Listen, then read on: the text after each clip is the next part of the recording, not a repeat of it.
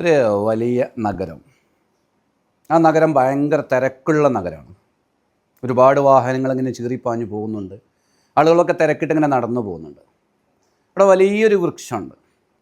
വേനൽക്കാലങ്ങളിൽ ആളുകൾക്ക് തണലേകാനും അതേപോലെ മഴക്കാലത്ത് കുടയായി നിൽക്കാനും പറ്റുന്ന വലിയൊരു വൃക്ഷം. അപ്പോൾ ആളുകളൊക്കെ സാധാരണ വെയിലുള്ള സമയത്തൊക്കെ എന്ത് ചെയ്യും, ഈ നടന്നു പോകുമ്പോൾ ഒന്ന് ക്ഷീണം മാറ്റാൻ വേണ്ടിയിട്ട് അവിടെ കയറി നിൽക്കും. മഴ പെയ്യുന്ന സമയത്ത് അതേപോലെ തന്നെ മഴ കൊള്ളാതിരിക്കാൻ വേണ്ടിയിട്ടും എന്ത് ചെയ്യുന്ന ആളുകൾ ഈ മരത്തിനെ ആശ്രയിക്കുന്നുണ്ട്.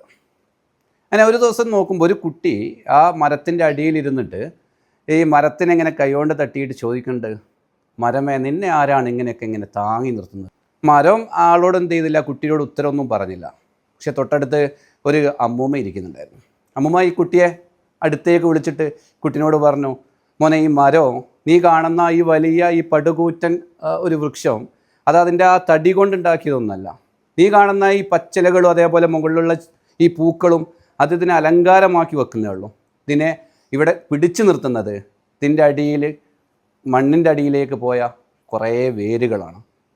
ഇതിലുള്ള ഏതെങ്കിലും ഒരു വേര് ഒരിക്കലും വിചാരിക്കുകയാണ്, എന്നെ ആരും കാണുന്നില്ലല്ലോ, ഈ തടിയ ആളുകൾ നോക്കുന്നുണ്ട്, ഇത്ര വലിയ മരം ആളുകൾ പറയുന്നുണ്ട്, ഇലകൾ കാണുമ്പോൾ ആളുകൾക്ക് ഭയങ്കര സന്തോഷം കിട്ടുന്നുണ്ട്, അതിൻ്റെ മുകളിലുള്ള പൂക്കൾ കാണുമ്പോൾ ആളുകൾ എന്ത് ചെയ്യുന്നുണ്ട്, ഈ മരത്തിനെ ഭയങ്കരമായിട്ട് പ്രകീർത്തിക്കുന്നുണ്ട്. പക്ഷേ എൻ്റെ വേരിനെ ആരും കാണുന്നില്ലല്ലോ എന്ന് കരുതിയിട്ട് ഏതെങ്കിലും ഒരു വേര് തീരുമാനിക്കുകയാണ്, ഇന്ന് ഞാൻ എന്ത് ചെയ്യണ്ട, ഇതിനെ ബലമായിട്ട് പിടിച്ചു നിർത്തണ്ടെന്ന്.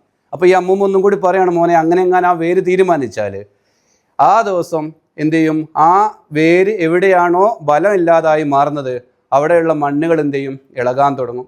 അടുത്ത പ്രാവശ്യം എന്ത് ചെയ്യും, ഒരു കാറ്റോ മഴയോ വരുന്ന സമയത്ത് അവിടെ ഇളക്കം സംഭവിക്കും.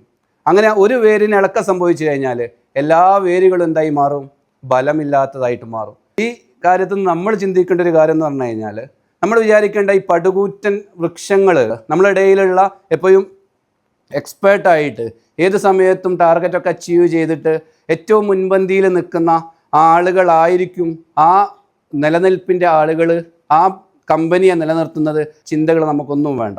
നമ്മൾ ഓരോരുത്തരും അതിൻ്റെ വേരുകളായി മാറാൻ തയ്യാറായാൽ മതി.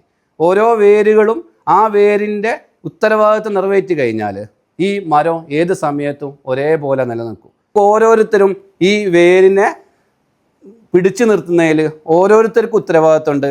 ആ ഉത്തരവാദിത്വം കറക്റ്റായിട്ട് നിർവഹിച്ച് പോകുക എന്നുള്ളതാണ് ഇന്ന് മുതൽ ഈ വർഷം നമ്മൾ പ്രതിജ്ഞ എടുക്കേണ്ട അടുത്ത കാര്യം എന്ന് പറഞ്ഞാൽ, നമ്മളിൽ ഏൽപ്പിച്ച റെസ്പോൺസിബിലിറ്റി അതെന്താണോ ആ കാര്യം നമ്മൾ എന്ത് ചെയ്യും, നമ്മൾ നടപ്പിലാക്കിയിട്ട് മുന്നോട്ട് പോകുമെന്ന് തീരുമാനിക്കുക.